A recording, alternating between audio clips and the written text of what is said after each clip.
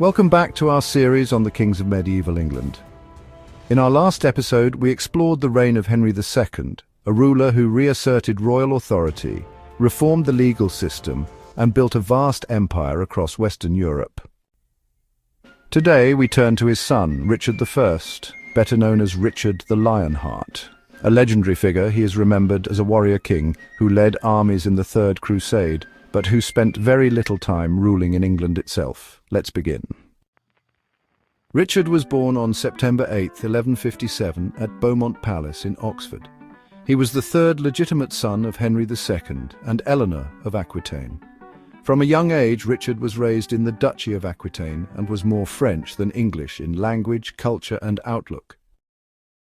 He received the Duchy of Aquitaine from his mother in 1172 and later became Duke of Poitiers in 1172 and Duke of Normandy in 1189.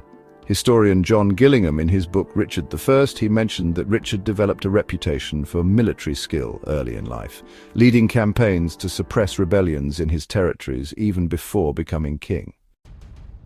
Richard had a strained relationship with his father. Alongside his brothers, he joined the rebellion of 1173 to 1174 against Henry II. After this rebellion failed, Richard was forced to reaffirm his loyalty, but tension remained. By the late 1180s, Richard formed an alliance with King Philip II of France. Together, they fought against Henry, forcing him into submission. When Henry II died in 1189, Richard inherited the English crown and the Angevin territories on the continent.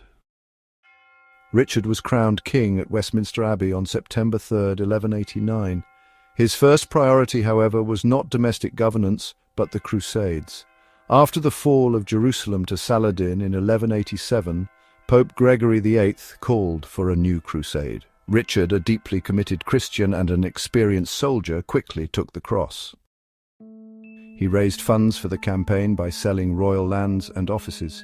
According to Thomas Asbridge in the Crusades, the authoritative history of the war for the Holy Land, Richard raised an estimated 100,000 marks, an enormous sum at the time, to finance his expedition.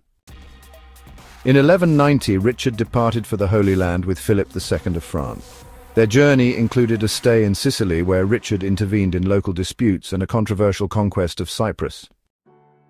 Richard captured the island from Isaac Komnenos in May 1191, and according to Stephen Runciman in A History of the Crusades, Volume 3, this provided the Crusaders with a valuable supply base. Richard's military leadership reached its peak during the Third Crusade. After landing at Acre, he played a leading role in capturing the city in July 1191. Following this, he won a major victory at the Battle of Arsuf on September 7, 1191. Where his forces defeated Saladin's army. However, despite repeated efforts, Richard was unable to retake Jerusalem.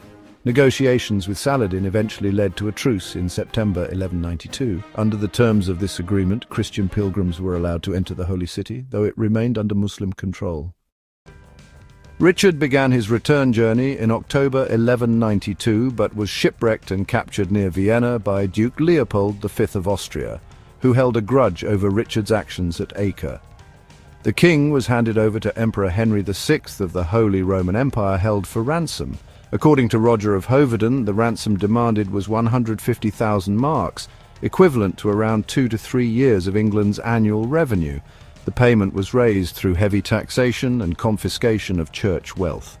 Richard was released in February 1194. During Richard's absence, England had been governed by a council led by his justiciar, William Longchamp, and later by Hubert Walter.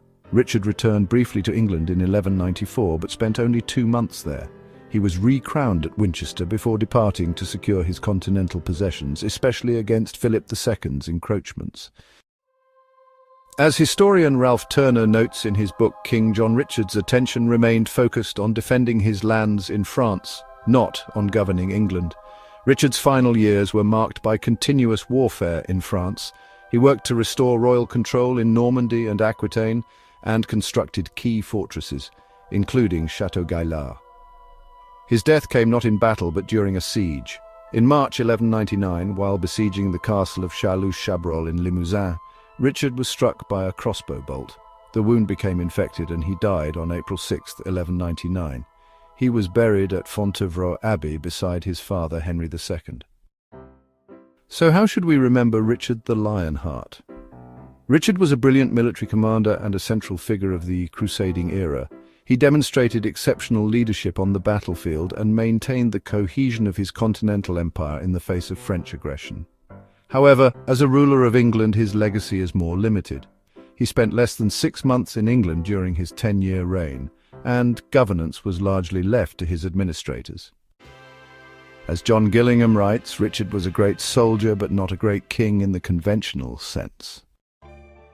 His reign highlights the nature of kingship in the Angevin period, where loyalty, military power, and continental politics often mattered more than domestic rule. In our next episode, we'll turn to his brother and successor, King John, a ruler whose failures led to the loss of empire and the creation of Magna Carta. Make sure to like, subscribe, and stay with us for the next chapter in the story of medieval England. Thanks for watching, and see you in the next episode.